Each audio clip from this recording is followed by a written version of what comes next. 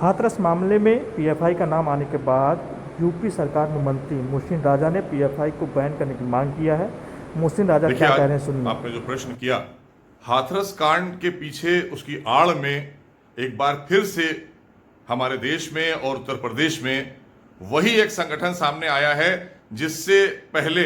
सिमी हुआ करता था और अब यह नए रूप में आया है पीएफआई बनकर। सिमी भी हमारे देश की एक प्रतिबंधित आतंकी संगठन है और उससे निकले हुए लोग, संगठन को बैन कर दिया गया था, लेकिन उससे निकले हुए लोग, जो लोग थे जिन्होंने वो संगठन बनाया था, उन्होंने पीएफआई की स्थापना की और पीएफआई आज हमारे देश में वही आतंक का काम कर रही है, वही आतंक फैलाने का काम कर रही है जो काम उन्होंने सीए के दौरान किया था। पूरे देश में आग लगाने का प्रयास किया था, उत्तर प्रदेश में आपने देखा था दंगा कराने का प्रयास किया था, दिल्ली के अंदर भी आगजनी और किस तरह से इंसानी जानें गई थी, ये दंगे जो कराए थे वो भी पीएफआई ही नहीं कराया था। तो पीएफआई जैसी संगठन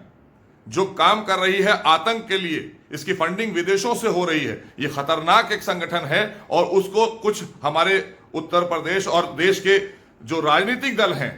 वो तुष्टीकरण की राजनीति के चलते उसको संरक्षण देते हैं। तो ऐसी संस्थाओं को संरक्षण जो लोग देते हैं ये वही लोग दोषी हैं साथ में इसके, क्योंकि जिस तरह से पीएफआई में आतंकी संगठन के लोग हैं और अगर इनको कोई हमारे राजनीतिक दल संरक्षण दे रहे हैं तो वो भी उसमें शामिल हैं देश के अंदर आतंक फैलाने में। और यह आज साफ हो गया कि हाथरस कांड की आड़ में जातिगत दंगे कराने का बहुत बड़ी एक साजिश थी जिसका खुलासा हमारी सुरक्षा एजेंसियों ने कर दिया है। तो हम बताना चाहते हैं कि हमारे उत्तर प्रदेश के अंदर जिस तरह से आदरणीय योगी जी सुरक्षा और कानून का राज स्थापित किए हैं, विकास कर रहे हैं, ये इनको पसंद नहीं आ रहा है। अभी तक ये सांप्रदायिक दंगे कराकर अपना तुष्टीकरण और अपनी राजनीति साधते थे, आज ये जातिगत दंगे कराने पर उतर आए हैं। जिस तरह का आपने देखा पोर्टल्स बनाए गए हैं, जिस तरह की वेबसाइट्स पर